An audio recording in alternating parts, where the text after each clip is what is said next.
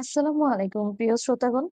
আমাদের voice of Smitha চ্যানেলের নিত্য নতুন গল্প পেতে এবং শুনতে আমাদের চ্যানেলটিকে সাবস্ক্রাইব করে এবং বেল আইকনে প্রেস করে পাশেই থাকুন।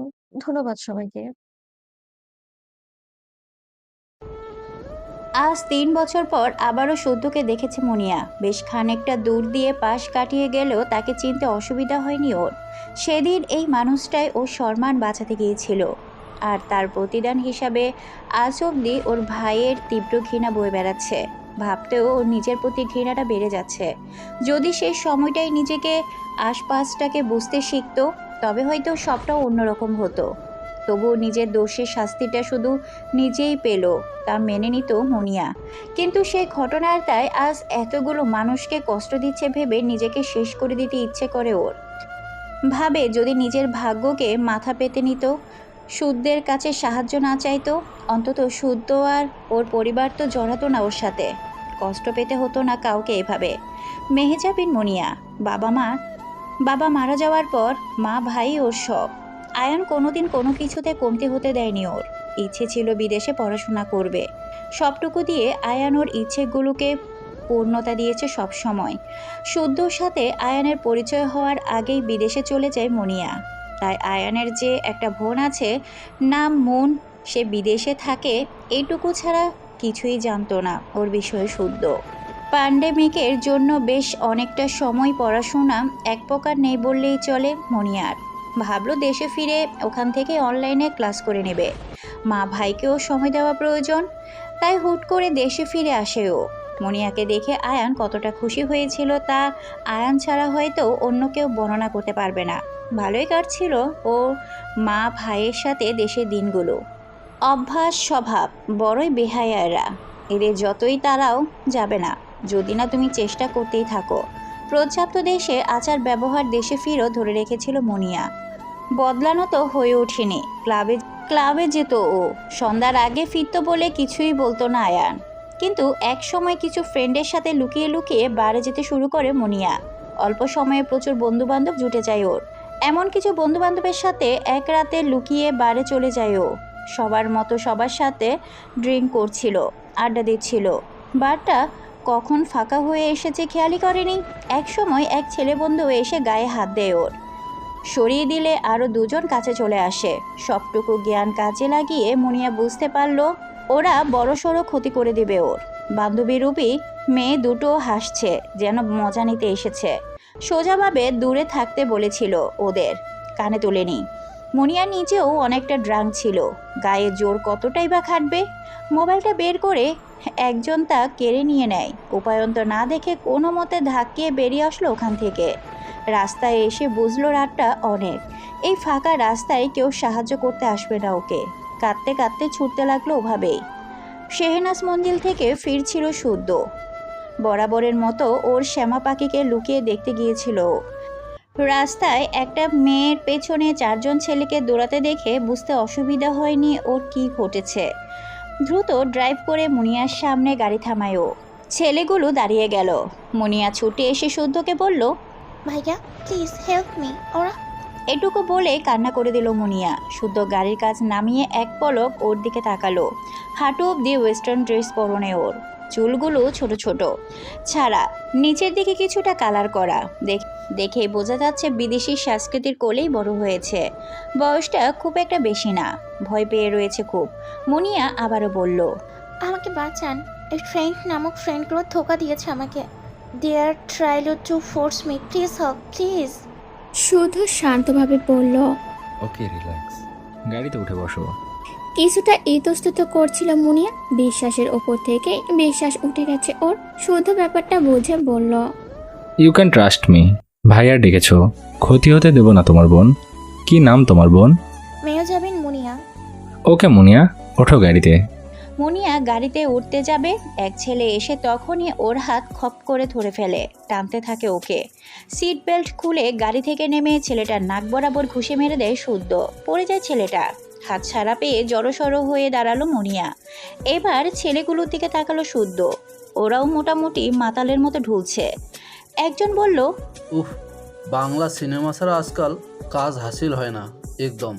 আসছি হিরোগিরি দেখাতে। ধরো কথাটা বলেই সবগুলো বিশ্রীভাবে হাসলো। শুদ্ধ শান্তভাবেই বলল, দেখো ভাই, ঝামেলা চাচ্ছি না আমি, নিজেদের পথ দেখো। কথাটা বলে মুনিয়াকে গাড়িতে ওঠার জন্য ইশারা করলো। নিজেও চলে আসছিল। একজন পথ আগলে দিয়ে বলল, আরে ভাই, তুমি তো নিজেই নিয়ে যাইয়া এনজয় করবা, তাই না? তো আমাদেরও একটু। শুদ্ধের মাথায় রক্ত চড়ে গেল। ছেলেটার কলার ঝাঁকিয়ে দাঁতে দাঁত চেপে বলল, ইউ বাস্টার্ড, নোংরা চিন্তাভাবনা ছাড়া কিছু মাথায় আসে না তোদের, তাই না? বোন ডেকেছি ওকে। পেছন থেকে একটা ছেলে লোহার পাইপ নাড়াতে নাড়াতে বলল, তাহলে বোনকে বোন জামাইয়ের হাতে তুলে দিয়ে কেটে পড়ো। যে ছেলেটার কলার ধরেছিল শুদ্ধ ঘুষি দিয়ে মাটিতে ফেলে দিল ওকে। নিজের মোবাইলটা বের করে মুনিয়ার দিকে ছুঁড়ে মারল। ওই ছেলেটার দিকে এগোতে এগোতে বলল, বাসা, পুলিশ স্টেশন, যেখানে খুশি ফোন করে দাও, এটাকে আমি দেখছি। ওদের ছাড়লে ওরা ভবিষ্যতে আরও মেয়েদের সুযোগ নেওয়ার চেষ্টা করবে। শার্টের হাতা গুটিয়ে এগিয়ে গেল শুদ্ধ। আগে লোহার পাইপটা দিয়ে মাল লাগালো ছেলেটাকে। মুখ থুবড়ে মাটিতে পড়ল ও। শুদ্ধ একা তিনজনকে বেধড়ক পেটাচ্ছে। মারপিট আর রক্ত দেখে ঘাবড়ে যায় মুনিয়া। রক্তে ফোবিয়া আছে ওর, ভয় পাচ্ছে প্রচণ্ড। ফোন হাতে নিয়ে আয়ানকে ফোন লাগানোর আগেই একটা ছেলে এসে হুট করে পেছন থেকে শুদ্ধের মাথায় বাড়ি লাগিয়ে দেয়। আটকে ওঠে মুনিয়া। ফোনটাও ওর হাত থেকে কেড়ে নেয় একজন। গা ছেড়ে দিয়ে মাটিতে শুয়ে পড়ল শুদ্ধ। শুদ্ধর হাতে ভর করে ওঠার চেষ্টা করলো। একটা ছেলে দ্বিতীয়বারের মতো ওর গায়ে লোহার পাইপ দিয়ে বাড়ি মারতেই চারপাশ অন্ধকার হয়ে আসতে লাগলো ওর। আবছা আবছা শুধু এটুকুই দেখলো মুনিয়াকে টেনে টেনে নিয়ে যাচ্ছে ওরা। নিজের সবটুকু দিয়ে ওঠার চেষ্টা করলো শুদ্ধ, পারেনি, জ্ঞান হারায় ওখানে। মুনিয়াকে শুদ্ধের গাড়ি করেই ছেলেগুলো নিয়ে যেতে থাকে। গাড়িতে ধরে রেখেছিল ওকে। জোরাজুরি করে লাভ হয়নি। পাশের ছেলেটা পকেটে ফোন দেখছিল মুনিয়ার।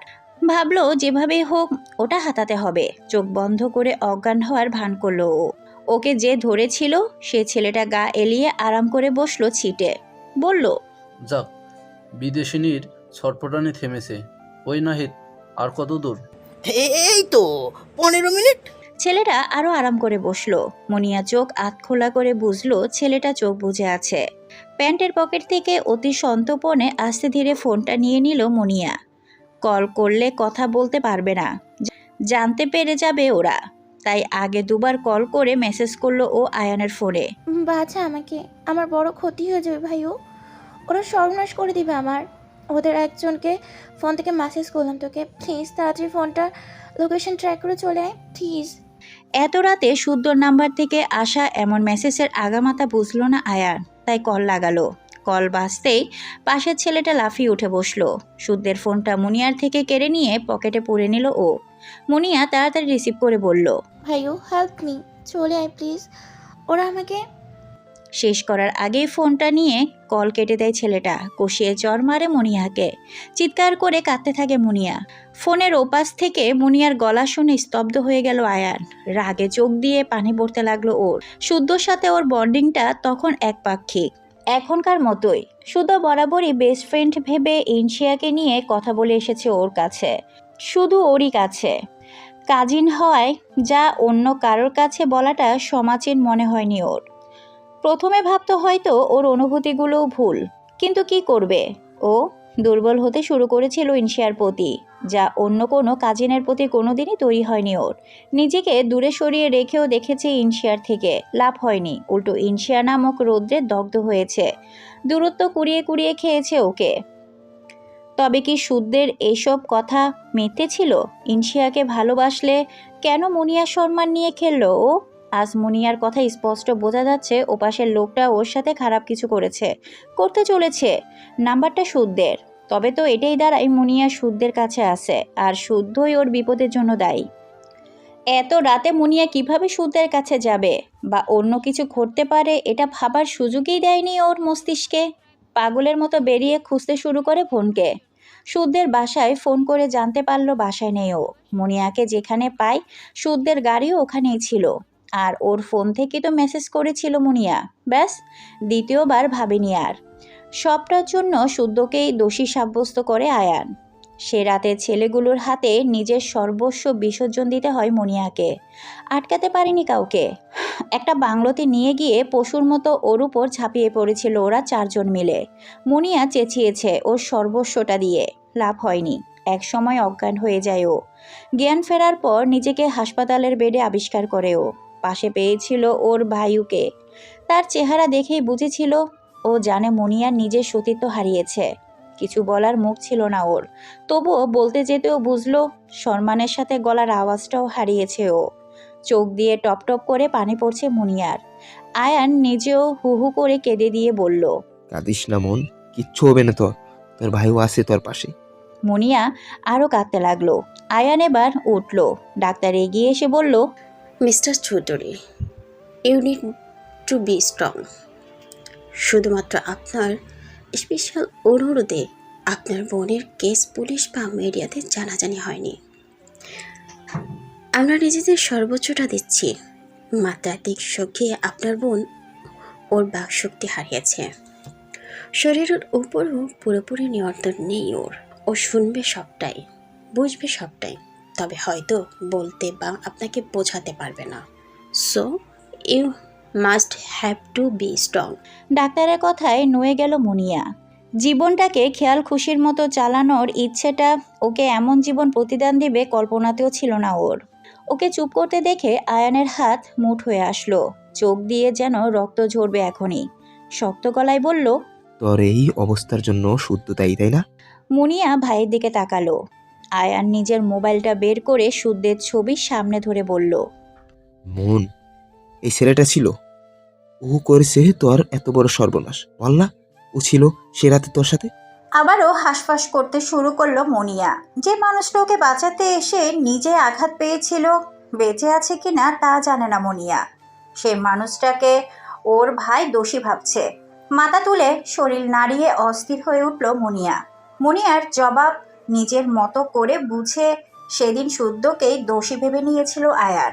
পুলিশ কেস না করে নিজের মতো করে এককভাবে আঘাত করতে শুরু করলো ও শুদ্ধকে। আর সেই সব কিছুর জন্য দায়ী একমাত্র মুনিয়া। বিনা দোষে সাজা পাচ্ছে শুদ্ধ। একটা কাছের দেয়ালের আড়াল মানুষের মনকে শান্তি শাস্তি দুটোই দিতে পারে। কথাটা দেখে নিলাম আজ। জানালার ওপাশে যতক্ষণ দাঁড়িয়েছিলাম, মেয়েটা সদ্য জবাই হওয়া কোনো প্রাণীর মতো ছটপট করছিল। পাশে কেউ ছিল না বলে চলে যেতে পারিনি। কেবিনে ঢুকতেই দরজা থেকে আওয়াজ ক্ষীণ হতে লাগলো ওর। আস্তে আস্তে থেমে গেল মেয়েটা। অচেনা হওয়া সত্ত্বেও কেউ আমাকে দেখে এভাবে রিয়াক্ট কেন করবে বুঝলাম না। তবুও তাকে চুপ করতে দেখে ভেতরটায় শান্তি লাগছিল। এগিয়ে এসে হাতে হাত রেখে বললাম, রিল্যাক্স, আমি আছি। মুনিয়া অবাক হলো। সে রাতে এভাবেই শুদ্ধ ওকে বলেছিল ও আছে। এই মেয়েটাকেও ও চেনে না, তবে বাহিরে দিয়ে যাওয়ার সময় শুদ্ধর হাত ধরে দেখেছে ওকে। তবে কি ওই ইনসিয়া? খুশিতে চকচক করে উঠল ওর চোখ। যদি তাই হয় তবে ওকে সবটা বলবে ও। ওর ভাই কি বাজেভাবে কষ্ট দিচ্ছে শুদ্ধকে, কিন্তু কিভাবে বলবে? মেয়েটার এক্সপ্রেশন বুঝে উঠতে পারছি না। একবার খুশি হচ্ছে, আবার অস্থিরতা দেখাচ্ছে। ওদিকে শুধু এতক্ষণে হয়তো খুঁজতে শুরু করে দিয়েছে আমাকে। না, যেতে হবে আমাকে। ডাক লাগালাম, সিস্টার, কেউ আছেন? মুনিয়ার কেবিন থেকে ডাক শুনে ছুটে আসলো নার্স। অবাক হয়ে বলল, আপনি কে? ওয়েল, আমি পাশ দিয়ে যাচ্ছিলাম, জানালা দিয়ে দেখলাম উনি কেমন কেমন করছেন। একা ছিলেন, তাই ভেতরে। ম্যাম, আপনি চিনেন ওনাকে? জি না, নিতান্তই উনি অমন করছিলেন বলে। ম্যাম, আজ অবধি অনেকবার উনি এমন অস্থির হয়ে উঠেছেন। প্রতিবারই ঘুমের ওষুধ ইঞ্জেকশন করে থামাতে হয় ওনাকে। আপনাকে দেখে কি করে? মেয়েটার দিকে তাকালাম। অদ্ভুতভাবে তাকিয়ে আছে আমার দিকে। মনে হলো হাসছে। আমাকে দেখেও এতটা শান্ত কেন হয়ে গেল? প্রশ্নটা আমারও, কিন্তু এবার যেতে হবে।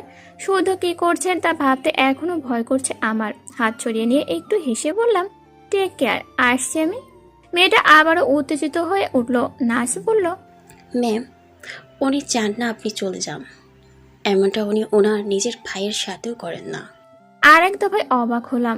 বললাম, ওকে ওকে ওকে ফাইন, যাব না, শান্ত হন আপনি। মেয়েটা আবার চুপ। নার্স পাশের টেবিল থেকে ইঞ্জেকশন নিয়ে আসলো। ওটা দেখে আবারও রিয়াক্ট শুরু করলো। বললাম, যাব না আমি, আপনার রেস্ট দরকার, ইঞ্জেকশনটা পুশ করতে দিন, এখানেই আছি আমি। ও থামলো। নার্স ইঞ্জেকশন দিতেই ঘুমিয়েও গেল। নার্স বলল, ম্যাম, আই থিঙ্ক উনি আপনাকে চেনেন। নইলে বিশ্বাস করুন, উনি এইভাবে ইঞ্জেকশন নেন না। কয়েকজন মিলে ধরে জোর করে পোষ করতে হয়। আপনি শিওর আপনি ওনাকে চেনেন না? না, কি নাম ওর? মেজাবান মুনিয়া। আর ভাইয়ের নাম সিস্টার।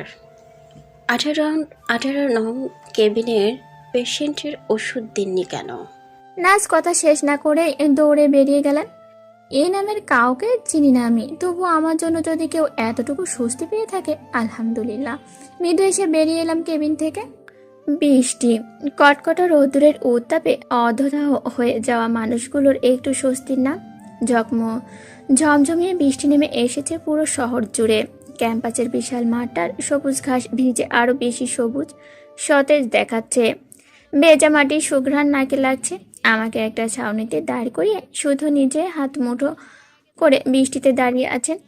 মাথা নিচু রেখে নিচু স্বরে বললাম, সরি, এমন হবে না আর কোনো দিন। ওনার নীরবতা আরও গায়ে কাটা দিল আমার। আচমকা আকাশ কাঁপিয়ে বজ্রধ্বনিতে কেঁপে উঠলাম। মাথা তুলে করুণভাবে বললাম, সরি বললাম তো। আপনি এভাবে ভিজছেন, অসুখ করবে, বাসায় চলুন না।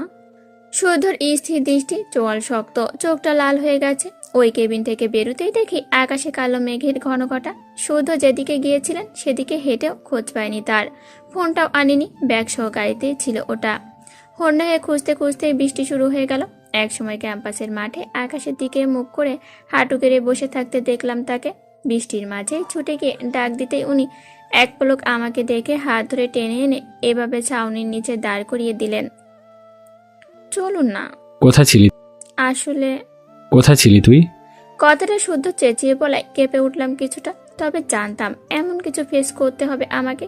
নিজেকে শক্ত রেখে বললাম, ওখানে একটা কেবিনে একটা পেশেন্ট। শুধু এক পা এগিয়ে ছাউনির উঁচু জায়গাটায় উঠে দাঁড়ালেন। কিছু বলতে যাব তার আগে ওনার পকেট থেকে রুমাল বের করে মুচড়িয়ে পানি ছাড়িয়ে মাথা মুছতে লাগলেন আমার। নিজেও ভিজে গেছেন, আমি তো শুধু ওটুকু যে একটু ভিজেছিলাম। তার চুলগুলো বেয়ে টপ টপ করে পানি ঝরছে। শুধু অবাক চোখে দেখছি তাকে। চুলগুলো একটু নেড়ে চেড়ে মাথার ওপর রুমাল দিয়ে বললেন, চিতার মতো দৌড়াবি, এক দৌড়ে গাড়ি। হঠাৎই গলার আওয়াজ পাল্টে গেল তার। পজিটিভলি নেব কিনা তাই ভাবছি। হাচ্ছু। হাঁচি দিয়ে লাল হয়ে যাওয়া নাক ডলতে লাগলেন উনি। রুমালটা মাথা থেকে নামিয়ে তার মাথায় দিতে গেলে আটকে দিলেন আমাকে উনি। রাগী গলায় বললেন, কতবার বলবো কেয়ার না দেখাতে? আর নিজেরটা? উনি রুমালটা আবার আমার মাথায় দিয়ে দিলেন। হাত ধরে হাঁটা লাগালেন, এক প্রকার দৌড় যাকে বলে। গাড়ির দরজা খুলে ভেতরে বসিয়ে দিলেন আমাকে। তারপর নিজে উঠে বসে গাড়ি স্টার্ট দিলেন। সারাটা রাস্তা চুপচাপ দেখে গেলাম তাকে। তার আলাদা আলাদা কাজগুলোতে এখন নিজেই গুলিয়ে যায়। পরক্ষণে মনে হয় সে তো ভালোবাসে ইনসু, তোকে ভালোবাসে। রাত হয়ে এসেছে, তবে বৃষ্টিটা আছে। বিছানায় অবলা নারীর মতো শুয়ে আছি। ব্যালকনির দিকে তাকিয়ে আছি। বাসার সব আমাকে ঘিরে বসে আছে। আর শুদ্ধ ব্যালকনিতে দাঁড়িয়ে জোরে জোরে হাঁচি দিচ্ছেন, শুনতে পাচ্ছি। বোঝাই যাচ্ছে বৃষ্টিতে ভেজার ফল। বাসার কেউ তাকে কিচ্ছু না বলে হা করে তার দিকেই তাকিয়ে আছে। আমার নাকি জ্বর হয়েছে। ডক্টর শুদ্ধ নিজে চেক করেছে, থার্মোমিটারে 101। কালো কাদো লুক করে জিন্নাত আপুর দিকে তাকালাম। আপু নিজেই বিরক্ত, ধমকে বলল, দিলি তো নষ্ট করে কালকের সব প্ল্যান। আমি কি করলাম? ঠিকই তো আছি। তোমার ভাইকে গিয়ে দেখো না, নিশ্চিত তার জ্বর হবে আজ। মায়ের দাঁত কেলিয়ে বলল, ইনশিয়া ভাবি, একসাথে ভিজেছিলে দুজন? মামি সেজমা ওখানে। ওনাদের দিকে তাকালাম এক নজর। সেজমা সৌদের দিকে তাকিয়ে, তার কানে যায়নি কোনো কথাই। মামি বিরক্তি নিয়ে মাহির দিকে তাকিয়ে আছেন। উঠে বসে সেজমার হাত ধরে বললাম, আম্মু তুমি যাও না ওনার কাছে, তোমার ছেলে নির্ঘাত জ্বর হবে আজ, অনেক ভিজেছেন উনি। সেজমা ছলছল চোখে আমার দিকে তাকিয়ে বলল, ও শুধু তোকে দেখতে মাহিকে নিয়ে সবাইকে ডাকিয়েছে এনসু। তুমি গিয়ে ওষুধ খেতে বলো, ঠিক খেয়ে নেবেন উনি। টুক করে জল বেরিয়ে এলো সেজমার চোখ দিয়ে। হুইল চেয়ার ঠেলে এগিয়ে গেলেন উনি শুদ্ধর দিকে। শুদ্ধ, শুনছি। এনসু ঠিক আছে? ঔষধ খেয়েছো? হুম। শুদ্ধ আর কিছু বললেন না, আবারও বার কয়েক হাঁচি দিলেন। সেজমা বলল, ওষুধ তোর খাওয়া দরকার শুদ্ধ। আমার দরকারটা আমি বুঝে নেব। সেজমা ফুপিয়ে কেঁদে দিল এবার। কাঁদতে কাঁদতেই বলল, কেন এমন করছিস তুই? কিসের শাস্তি দিচ্ছিস তুই আমাদের? শাস্তি তো আমার প্রাপ্য, পাচ্ছিও। তোমাদের কোনো শাস্তি দেয়নি তো। তুই নিজেও জানিস না শুদ্ধ? কিছু না বলে উনি আবারও হাঁচি দিতে লাগলেন। সেজমা চলে এলো ওখান থেকে, বলল, নিজের খেয়াল রাখিস, আর পারলে ওষুধটা খেতে বলিস ওকে। এনিসু মামিকে বলল। ভাবি, আমাকে একটু রুমে পৌঁছে দিবেন? মামি মাথা ওপর নিচে নাড়িয়ে সেজমাকে নিয়ে চলে গেলেন। তাপসী আপু পাশে বসে বলল। আমরা তো গিয়েছিলাম শপিং এ, তোমারটা কি হবে? জিন্নাত আপু বলল, লেহেঙ্গা চেয়েছিলিস না তুই? কাল তোকে শাড়ি পরাবো। ইম্পসিবল, শাড়ি পারি না। তো এখন কি করবি তুই? অনলাইন শপিং করব। মাহি বলল। এই ইনশিয়া ভাবি না, জাস্ট অ্যামেজিং। জিও ভাবি। সীমা ভাবি ল্যাপটপ এগিয়ে দিয়ে বলল, চলো শুভ কাজে দেরি নাই করি। বারান্দার দিকে তাকালাম। শুধু বাইরে তাকিয়ে দাঁড়িয়ে আছে। মুচকি এসে বললাম, আমার ড্রেস আজ শুদ্ধ পছন্দ করে দেবেন। সবাই অবাক হয়ে তাকালো আমার দিকে। তারপর ওর দিকে মুখ চাওয়াচাওয়ি করে নিঃশব্দে হেসে চলে গেল সবাই। আমার দৃষ্টি শুদ্ধতে স্থির। ওরা বেরিয়ে যেতেই ডাক লাগালাম, শুনছেন? পেছন ফিরে বুড়ো কোচকে তাকালেন উনি। কিছুক্ষণ ওভাবে তাকিয়ে আরো দুবার হাঁচি দিলেন। এগিয়ে এসে বললেন, এটা কি ধরনের ডাক? লাজুক লাজুক মুখ বানিয়ে বললাম, বরকে বউ এভাবেই ডাকে। বিরক্তি নিয়ে তাকিয়ে থেকে বিছানায় এসে দূরত্ব রেখে শুয়ে পড়লেন উনি। আমি বালিশে পিঠ থেকে বসে তাকিয়ে রইলাম তার দিকে। উনি ওপরের দিকে তাকিয়েই বললেন, শুয়ে পড়। এত তাড়াতাড়ি ঘুম আসবে না। চোখ বন্ধ করে শুয়ে থাক। এখানে ঘুমাবেন? উনি তাকালেন আমার দিকে, অবাকের স্বরে বললেন, মানে? হাচ্ছু। হাঁটু জড়িয়ে ধরে বসে বললাম, আজ তো আপনি ড্রিঙ্ক করেননি, শত প্রযোজনা, তাই আজ। মনে পড়তে উনি তৎক্ষণাৎ উঠে বসলেন। হাঁচি দিয়ে বিছানা থেকে নামতে উদ্যত হতে হাত চেপে ধরলাম আমি তার। আমার দিকে মুখ করলেন উনি, কিন্তু আমি চাই শর্ত ছাড়াও আপনি আমার পাশেই থাকুন। থাকুন না প্লিজ। উনি হাত ছড়িয়ে চুপচাপ পাশ ফিরে শুয়ে পড়লেন। বিরামহীনভাবে হাঁচি দিয়ে যাচ্ছেন, বিছানা কাঁপিয়ে যাচ্ছেন। ল্যাপটপটা কোলে নিয়ে গলা উঠিয়ে বললাম, ইস, এইটা পরে তো পিঠ দেখা যাবে। সো হোয়াট, গেলে যাক, এইটাই নেব। কি প্রিটি লেহেঙ্গাটা। শুদ্ধ ঘাড়টা ঘুরিয়ে দেখলেন আমি ল্যাপটপে কিছু করছি। নাক ডলে উঠে বসে ওটা কেড়ে নিলেন আমার থেকে। স্ক্রিনে লেহেঙ্গাটার ছবি দেখে রেগে তাকালেন আমার দিকে। মূলত মডেলের গায়ে পরিয়ে ছবি দেওয়া ওটার পেট পিট সবই দেখা যাচ্ছে। রাগী গলায় বললেন, এটা কিনবি তুই? নাইস না? শুধু চোখ পাকিয়ে বললেন, তুই এটা পরবি না। কেন বলুন তো, কি সমস্যা? বুঝিস না তুই? না তো, আপনার কোনো সমস্যা? তুই এটা কিনবি না বলে দিলাম। হাচ্ছু। ওইটাই কিনবো আমি বলে দিলাম। বাচ্চু। কথাটা বলে ল্যাপটপটা ওনার কাছ থেকে নিয়ে নিলাম। উনি আবারও কেড়ে নিলেন ওটা। দুজনের কাড়াকাড়ি চলছে। উনি হাতে ল্যাপটপটা নিয়ে বললেন, এটা অর্ডার করবি না তুই? করব। না করবি না? হ্যাঁ করব, ওইটাই। না, এটা না। তাহলে অন্যটা চুজ করে দিন। শুধু ল্যাপটপ ঘেটে কিছু একটা করে ওটা সরিয়ে রাখলেন। বললেন, অর্ডার করে দিয়েছি আমি। খবরদার অন্য কোনোটা দেখে একদম মাতব্বরি করবি না। ঠোঁট টিপে হাসলাম। এইটাই চেয়েছিলাম আমি। ওনাকে রাগিয়ে কাজ হাসিল করাটা খুবই সহজ। হাসছিস কেন? কি রঙের লেহেঙ্গা? গাঢ় গোলাপি। কনফার্ম হয়ে আর এক দফা হাসলাম। শুধু ধমকে বললেন, দাঁত খেলানি থামা, ঘুমো। একটা রিকোয়েস্ট রাখবেন? কি? আমি তো অসুস্থ, কাল প্লিজ বাসায় থাকবেন আপনি। উনি কপাল কুঁচকে তাকালেন, পাশ ফিরে শুয়ে পড়লেন। ভেবে দেখবো, তুই ঘুমা এখন। চুপচাপ শুয়ে পড়লাম। যদি না থাকতেন তবে সরাসরি বলতেন উনি থাকবেন না।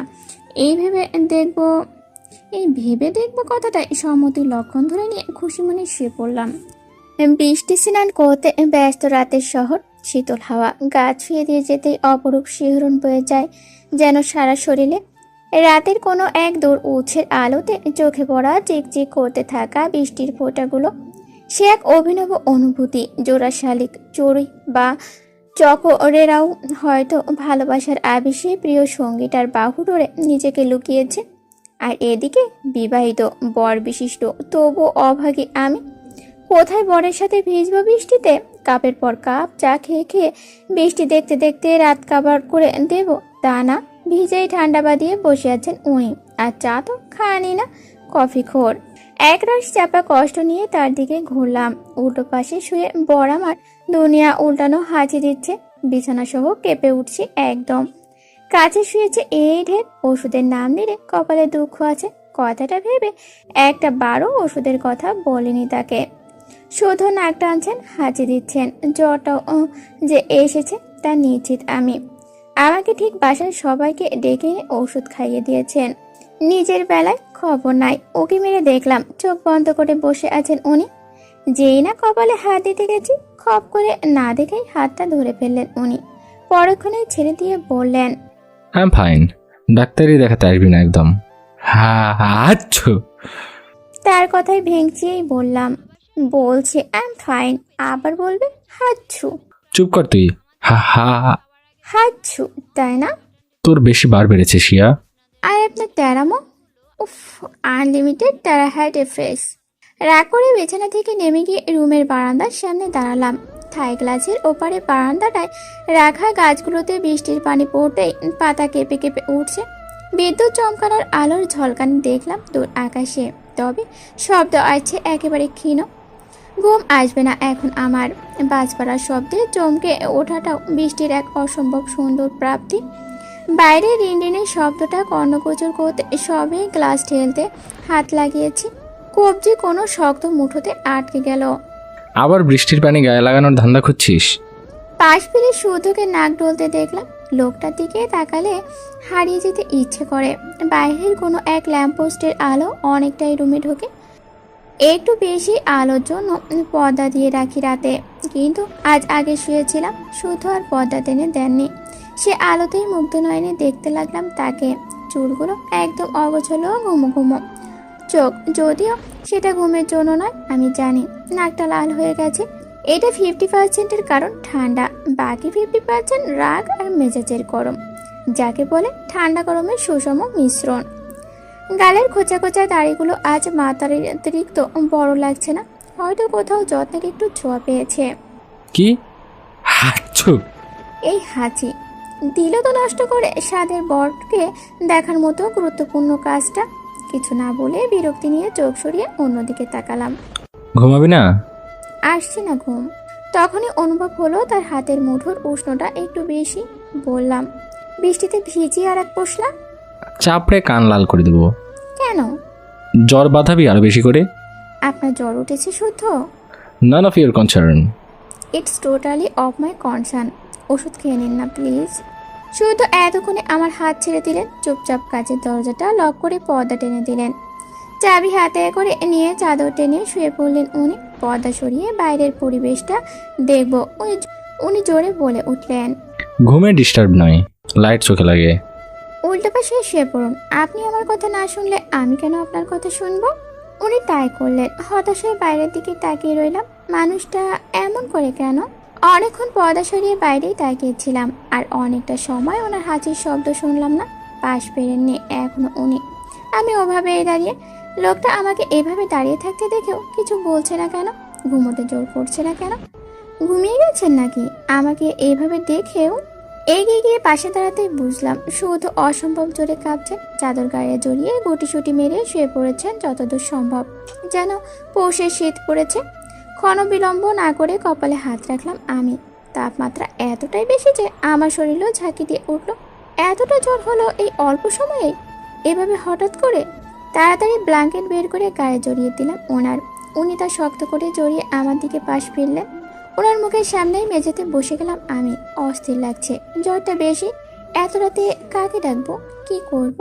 তাড়াতাড়ি উঠে ওষুধ বের করে পানির গ্লাস নিয়ে আবারও ওনার সামনে এসে বসলাম। শুধু বিড়বিড় করে কিছু বলে চলেছেন। জ্বরের ঘরে হয়তো বা। মাথার পাশে বসে অতি কষ্টে আধশোয়া করে বসালাম ওনাকে। বাধা দেননি উনি। কাঁধের সাথে মাথা ঠেকালাম তার। শুধু তখনও কিছু বলে চলেছেন। গালে আলতোভাবে হাত দিয়ে নাড়া দিয়ে বললাম, শুধু শুনতে পাচ্ছেন? শুধু চুপ। শুধু আপনার গায়ে অনেক জ্বর, এবার তো ওষুধটা খেয়ে নিন। উনি চোখ টেনে টুনে তাকালেন আমার দিকে, বললেন, জ্বর হয়েছে? টেম্পারেচার অনেক বেশি। ওষুধটা। কথা শেষ করতে না দিয়ে উনি মৃদু হেসে বললেন, টেম্পারেচার বেশি? হ্যাঁ বলেছি না, তোর নামের রোদ্দুর দন্ধ করেছে আমাকে। বৃষ্টিতে ভিজে কিছুই হয়নি আমার। এসবই তোর কাছে থেকেও দূরে থাকার যন্ত্রণায় আগুনে পোড়ার ফল। সবটাই তোর। ওনার কথার অর্থ বোধগম্য হলো না আমার আজ। বাকি কথাগুলোও শুনতে পায়নি। শুধু নিজের শরীরটাও নেতিয়ে গেছে, ভয় ছেড়ে দিয়েছেন অনেকটাই আমার উপর। মুখে ওষুধ পুড়ে দিয়ে পানি খাওয়ালাম ওনাকে। শুধুকে শুয়ে দিয়ে পানির গ্লাসটা রেখে ওষুধের পাতা হাতে নিয়ে উঠে আসছিলাম। শুধু আচমকায় হাত ধরে ফেললেন আমার। চমকে উঠে পেছন ফেরার আগে উনি এত জোরে হাত টান মারলেন যে সোজা তার বুকে গিয়ে পড়েছি আমি। বা হাতটা উনি ধরে আছেন, ডান হাতটা উনার বুকে। চোখ বন্ধ রেখেই উনি বললেন, আর কত সইব বলতে পারিস শিয়া? আর কত? এ জ্বালা যে জ্বালিয়ে শেষ করে দিচ্ছে আমাকে। পারছি না তোর নিতে, আমি পারছি না জাস্ট। শুধু কাঁপছেন। এক হাতে ব্ল্যাঙ্কেটটা আরো ভালো মতন জড়িয়ে দিলাম।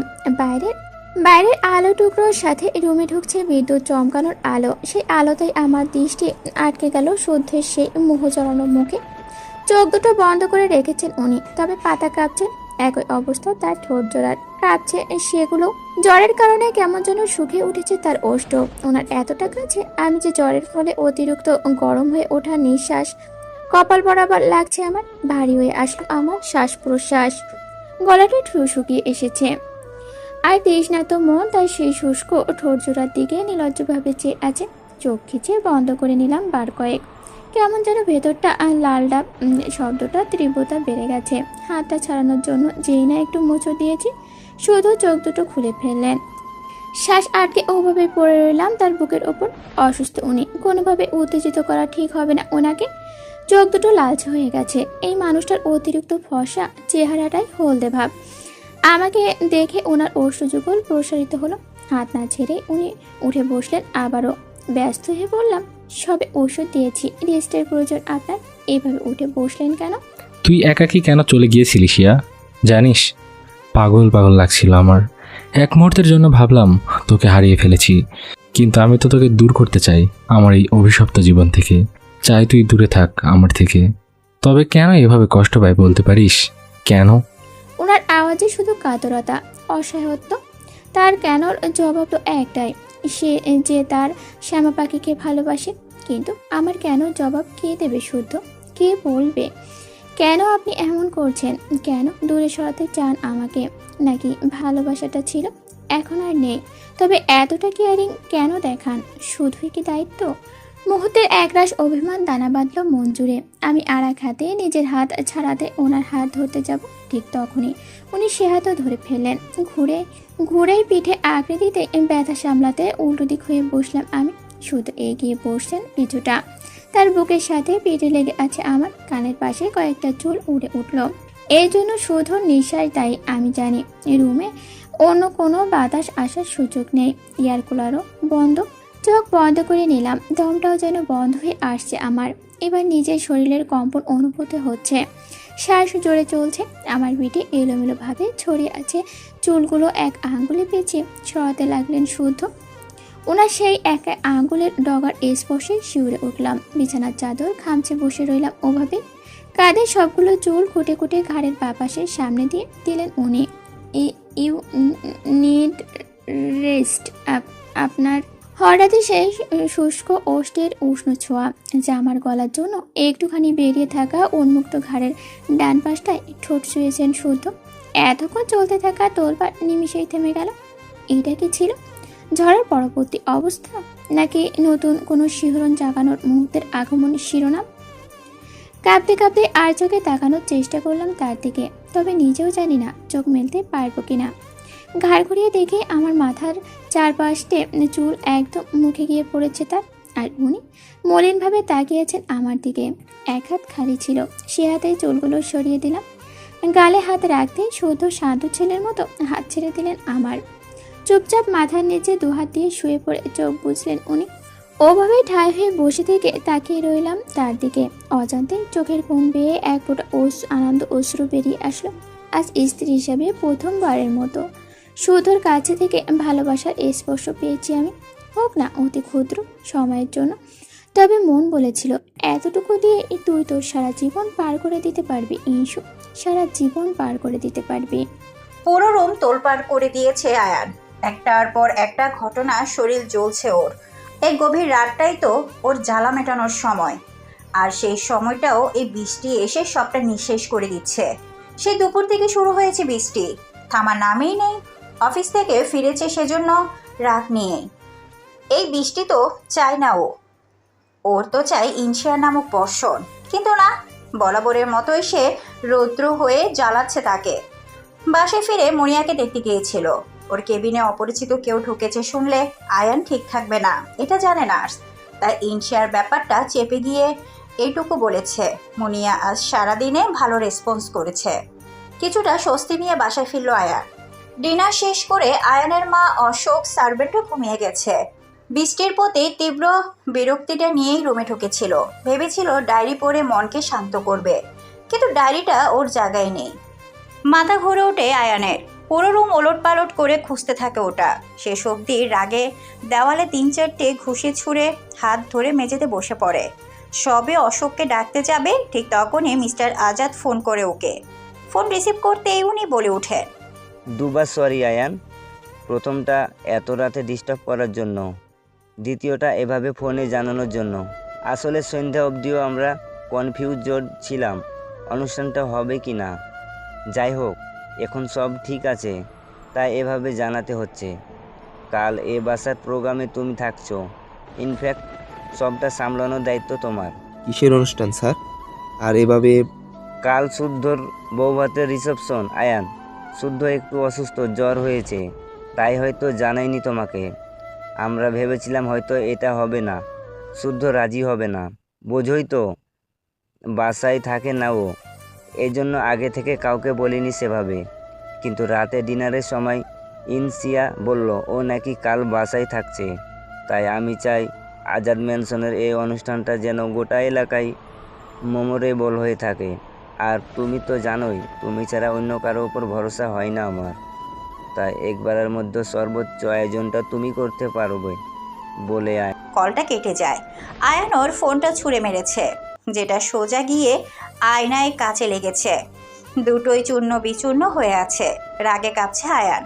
শুদ্ধর ডায়েরিটা চুরি হয়ে গেছে। পরের দিন শুদ্ধ ইনশিয়ার বৌভাত, কিন্তু মনিয়ার সাথে হওয়া ঘটনা, পুলিশের গায়ে হাত তোলা আর আরেকটা গুরুত্বপূর্ণ ফাইল পাঠিয়েছিল ও ইনশিয়াকে। ফাইলগুলো দেখার পর তো পরের দিন ইনশিয়ার ডিভোর্স ফাইল করার কথা, তবে বৌভাত কেন? শুদ্ধই বা এসব হতে দিচ্ছে কেন? ওর ডায়েরিটা কোথায় গেল? ফাইলগুলো কি ইনশিয়া দেখেনি? আদৌ সেগুলো ইনশিয়ার হাতে পৌঁছেছে তো? সকাল সকাল আমার মুখ দর্শন করছেন মিস্টার, দিনটা ভালো যাবে? ঘুম থেকে উঠে চোখ মেলে এমন একটা কথার এই বিরক্তটায় আগেই হয়েছেন শুধু, তা আমি জানি। আমার আজ আগে ঘুম ভেঙেছিল, একদম বরাবর শুয়েছিলাম ইচ্ছে করে। দেখেছি, প্রাণ ভরে দেখেছি আজ তাকে আমি। সকালের প্রথম প্রহরের আলোয় ঘামে সিক্ত সে মুখ। ওনার চোখ খুলতে যেন আমাকে চোখে পড়ে, এভাবেই শুয়েছিলাম পাশে। হলেও তাই। শুধু কপাল কুঁচকে উঠে বসলেন। গায়ের ইয়াস রঙের গেঞ্জিটা ভিজে উঠেছে ঘামে, জ্বর ছেড়েছে। গুড মর্নিং বললে কি কোনো অংশ খোয়া যায়? শুদ্ধ কিছু না বলে টয়লে নিয়ে বাথরুমে ঢুকে গেলেন। একটা জোরে শ্বাস ফেলে রুমের বাইরে বেরোলাম। খুব বেশি একটা বেলা হয়নি, তবু বাসার সবাই প্রচুর ব্যস্ত। ঈশান ভাইয়া, সিপাত ভাইয়া, সীমা ভাবি, জিন্নাত আপু সবাই এদিক ওদিক ছুটাছুটি করছে। চারপাশে চোখ বুলিয়ে দেখলাম পুরো বাসাটাই সাজানো শেষ প্রায়। দেয়ালে, সিঁড়ির হাতলে, পিলিয়ারগুলোতে ফুল দিয়ে সাজানো। এত তাড়াতাড়ি সবটা হওয়া হয়তো আজাদ ম্যানশনে সম্ভব। মাই ছুটে এসে দুটো ব্যাগ ধরিয়ে দিয়ে বলল, এই যে তোমাদের ড্রেস ইনসিয়া ভাবি, এবার সবটা কিন্তু তোমার উপর ডিপেন্ড করছে। অবাক হয়ে বললাম, তার মানে এইদিকে সব গোছানো শেষ? হুম। এত তাড়াতাড়ি এইসব? আরে বাগানে তো দেখোইনি, মেজো মামা অনেক লোক লাগিয়েছে, সবাই সকাল সকাল উঠেই সবটা করে ফেলেছে। বাগানে তো মাহি, কই তুই?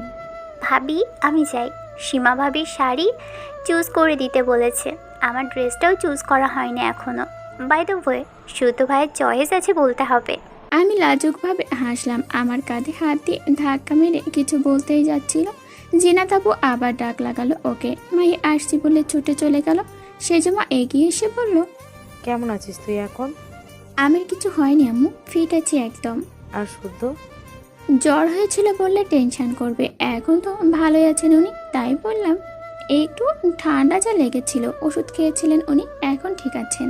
সেজমা স্বস্তির নিঃশ্বাস পেল। এর মধ্যে শুধু নিচে নেমে সোজা ডাইনিংয়ে বসে গেলেন। সবাই তাদের সব কাজ ফেলে ব্রেকফাস্ট করছিল। সেজ কাকু বললেন, সেহনাজ, মঞ্জিলের সবাই আসছে, আজকের দিনটাই কোনো সিগারেট করো না প্লিজ। শুদ্ধ শুধু একদম না শোনার মতো করে চুপচাপ খেতে লাগলেন। তারপর আর কোনো কথাই হয়নি ওখানে। শুদ্ধবাদে ছেলেরা সবাই বাগানে চলে গেছে, ওখানেই নাকি সবটা সাজানো হয়েছে। তবে আমি যাইনি এখনো। মাহির রুমে জিন্নাত আপুদের সাথে টুকটাক কথা বললাম। মূলত ওদের ড্রেস দেখাচ্ছিল আমাকে। পার্লার থেকে মেয়েরা আসলে এই সাজ শুরু করবে নাকি। ওখানে বেশ কিছুটা সময় কাটানোর পর মনে পড়লো শুদ্ধর ওষুধ দেওয়া হয়নি এখনো। তাড়াতাড়ি উঠে এসে রুমে ঢুকলাম। এসে দেখি উনি বারান্দার দিক হয়ে দাঁড়িয়ে ফোনে কথা বলছিলেন। না ডেকে দাঁড়িয়ে রইলাম তাই। তা বলে ওটা পাঠাতে বলিনি তোমাকে। ওদিকে কি বললো শোনা গেল না, শুধু আবারও বলল, না, সময় লাগবে, তুমি বরং। পেছন ফিরে আমাকে দেখে শুদ্ধ থেমে গেলেন। ফোনে বললেন, I will call you later. Phone কেটে শুদ্ধ বিছানায় বসে তার ল্যাপটপে ব্যস্ত হয়ে পড়লেন। যা, ব্যাস, আমাকে দেখে কল ইউ লেটার। কে ছিল পাশে? ধুর, এভাবেই তো বাঙালি নারী স্বামী সন্দেহে জড়ায়। আমারটা তো আমারই। নিজেকে বুঝিয়ে ধীর পায়ে ওষুধের বক্স থেকে ওষুধ বের করে সামনে গিয়ে দাঁড়ালাম। মাথা না তুলেই বললেন, কি চাই? আপনাকে, একদম কাল রাতের মতো করে। কথাটা বলে জিভ কাটলাম। আগের রাতের ঘটনাটা এখনো মন মস্তিষ্কে ঘুরছে, তাই মুখেও বলে ফেলেছি। শুদ্ধ মাথা তুলে রিয়াক্ট দেওয়ার আগে ওষুধ এগিয়ে দিলাম। সেটাও তার রাখার জন্য যথেষ্ট ছিল। ওষুধটা দেখতেই উনি রাগি চোখে তাকালেন আমার দিকে। গড় গড় করে বললাম, দেখুন, কাল রাতে প্রচুর জ্বর হয়েছিল আপনার, আর আপনি তার জন্য আমাকে দায়ী করেছেন। কারো অসুস্থতার দায়ভার যেন না নিতে হয় আমাকে, সেজন্যই ওষুধ আপনাকে খেতেই হবে। হোয়াট? তোকে কখন দায়ী করলাম আমি? করেছেন, বলেছেন বৃষ্টিতে ভিজে জ্বর হয়নি আপনার, আর এটাও বলেছেন আমার নামে রোদ না কি আপনাকে জ্বালিয়েছে, এই জন্য আপনার তাপমাত্রা বেড়েছে। আর তো আর হয়েছে, থাম। না, থামবো না। আপনি আমাকে দায়ী করতে পারলেন কি করে পারলেন বলুন তো? আমি তো বলিনি ওভাবে ভিজতে। বৃষ্টিতে তো নিজে ভিজেছেন, আবার রুমালটাও দিয়েছেন, নেননি। আমি কি? উনি দু হাতে কান চেপে ধরে বললেন, উফ, একটু কম কথা বল শিয়া, রহম কর। ও, এবার আমি বেশি কথা বলি? ডাক্তারি পড়বো এখন থেকে। যদি আপনার অসুস্থতার দোষ নিয়ে ঘুরি, ভবিষ্যৎ কি আমার? এভাবে চলতে থাকলে পেশেন্টের আগে ডক্টরই জ্ঞান হারিয়ে বসে থাকবে, গিল্টি ফিল নিয়ে। আর যাই হোক, তো কথা শেষ করতে না দিয়ে উনি আমার হাত থেকে ওষুধ কেড়ে নিয়ে ওটা মুখে পুরে দিলেন। পাশের গ্লাসে রাখা পানি ঢকঢক করে শেষ করলেন। ঘটনার আকস্মিকতায় থম মেরে দাঁড়িয়েছিলাম আমি বেশ কিছুক্ষণ। শুদ্ধ ঠাস করে দু হাতে এক করে বললেন, খেয়ে নিয়েছি ওষুধ, আর হবে না গিল্টি ফিল। এবার খুশি? সর এখান থেকে।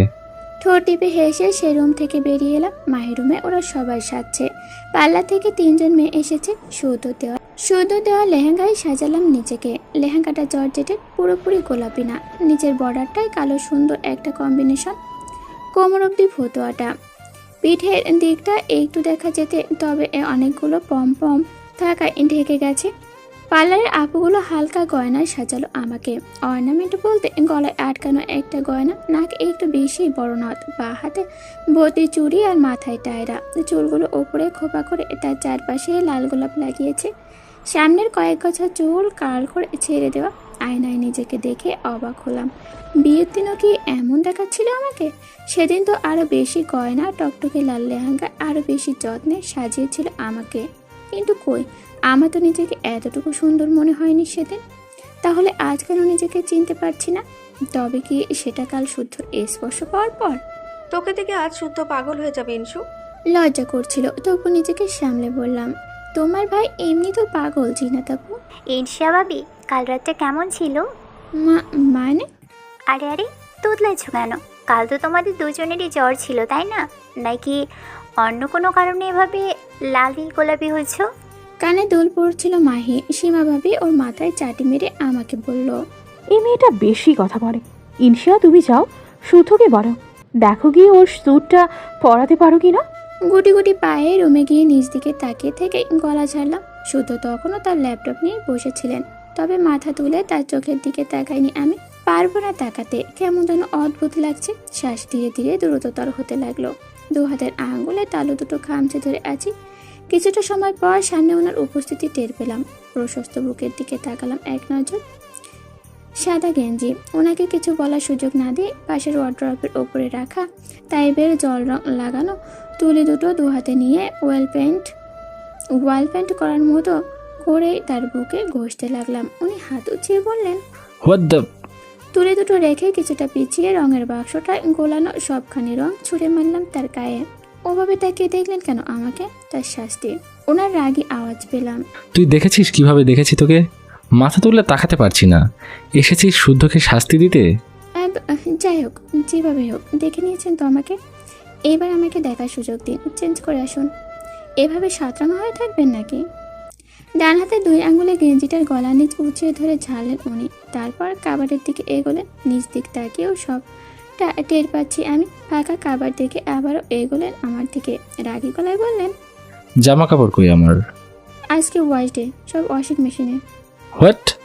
এগিয়ে গিয়ে ছোপায় রাখা ব্যাগটা হাতে নিলাম। ব্যাগটা আমার হাতে ঠুসে দিয়ে বললাম, জি, ভাবলাম অনেক তো শুয়ে বসে দিন কাটালাম শ্বশুর বাড়ি, আজ না হয় কাজ করি। সব জামা ধুয়ে দিয়েছি আপনার, আর আজ এটা পরবেন আপনি। নইলে আশা করে বাসাবর্তী লোকের সামনে এই রঙিন গেঞ্জি দেখে বৌভাতের রিসেপশনটা হলে উৎসব বানিয়ে দেবেন না। কথাটা বলে পা বাড়াচ্ছিলাম বেরিয়ে আসবো বলে। রুমে থাকা বিপজ্জনক, কিন্তু শুধু হাত ধরে ফেললেন আমার। চমকে উঠলাম। একটানে নিচের একদম কাছে টেনে নিলেন উনি আমাকে। চুলিগুলোর সাথে মনের ভেতরটাও ঝংকার দিয়ে উঠল। শুধু তার দিকে ঘুরিয়ে পিঠ স্পর্শ করলেন আমার। শিউরে উঠলাম। চোখ বড় বড় করে এতক্ষণ তাকালাম ওনার দিকে। শান্ত দৃষ্টিতে তাকিয়ে আছেন উনি। একটানে জামার ফিতায় পিঠে ছড়িয়ে থাকা পম সবগুলো ছিঁড়ে ফেলেছেন উনি। হাত আপনা আপনি পেছনে চলে গেল আমার। হাতার মতো বললাম, এইটা কেন করলেন? এসব পছন্দ না আমার। আপনি তো দেখে কিনেছেন। ছবিতে এটা ছিল না। পেটটা যেটুকু খালি হয়েছে তাতে অস্বস্তি লাগছে আমার। অন্য টেনে টুনে ঠিক করতে লাগলাম। শুধু এবার তার 2 হাত আমার চুলে লাগালেন। অসহায়ভাবে বললাম, এইটা কিছু করিয়েন না প্লিজ। পদে উতরে বাঘ হেসে খোপায় গুজে রাখা সবগুলো ফুল টেনে খুলে ফেলতে লাগলেন উনি। একসময় টান মেরে চুলগুলোও খুলে দিলেন। হাঁ করে ওপরে তার মুখের দিকে তাকিয়ে হতবুদ্ধির মতো দাঁড়িয়ে রইলাম। ওনার কাজ শেষে হাত ঝাড়া মেরে ছেড়ে দিয়ে ধমকে বললেন, চল যা, দূরে থাক। কাজকে আমি এসেছিলাম, নিজে তো বহুরূপী একটা। সেসব বলে সামনে পড়ে থাকা চুলগুলোর দিকে তাকালাম। ওগুলো ধরে আফসোসের স্বরে বললাম, আপনাকে সাজাতে আসলাম বলে আমার সাজ নষ্ট করে দিলেন। এত সুন্দর একটা স্টাইলে চুল বেঁধে দিয়েছিল আপুগুলো 3 জন ধরে। টাকাও নিয়েছে এতগুলো এর জন্য, আর আপনি সেটা খুলে দিলেন। এবার বাচাল, কথা ছাড়া অন্য কিছুতে যদি এতটুকু জ্ঞান থাকতো তোর। আর এই অনলাইনের প্রোডাক্ট আমারও বোঝা উচিত ছিল। শোন শিয়া, এই চুল বাঁধলে আজ তোকেই বেঁধে রাখবো, বলে দিলাম। খবরদার চুল বাঁধবি না তুই। তেরামো করার ইচ্ছে হলো। বললাম, বাগানে গরম, খোলা চুলে গরম বেশি লাগবে, চুল বাঁধবো আমি। না, বাঁধবি না। বলেছি বাঁধবো। আমি বলেছি বাঁধবি না তুই। কথাটা বলতে বলতে উনি এগোচ্ছিলেন আমার দিকে। পেছোতে পেছোতে কখন রুমের বাইরে চলে এসেছি জানিই না।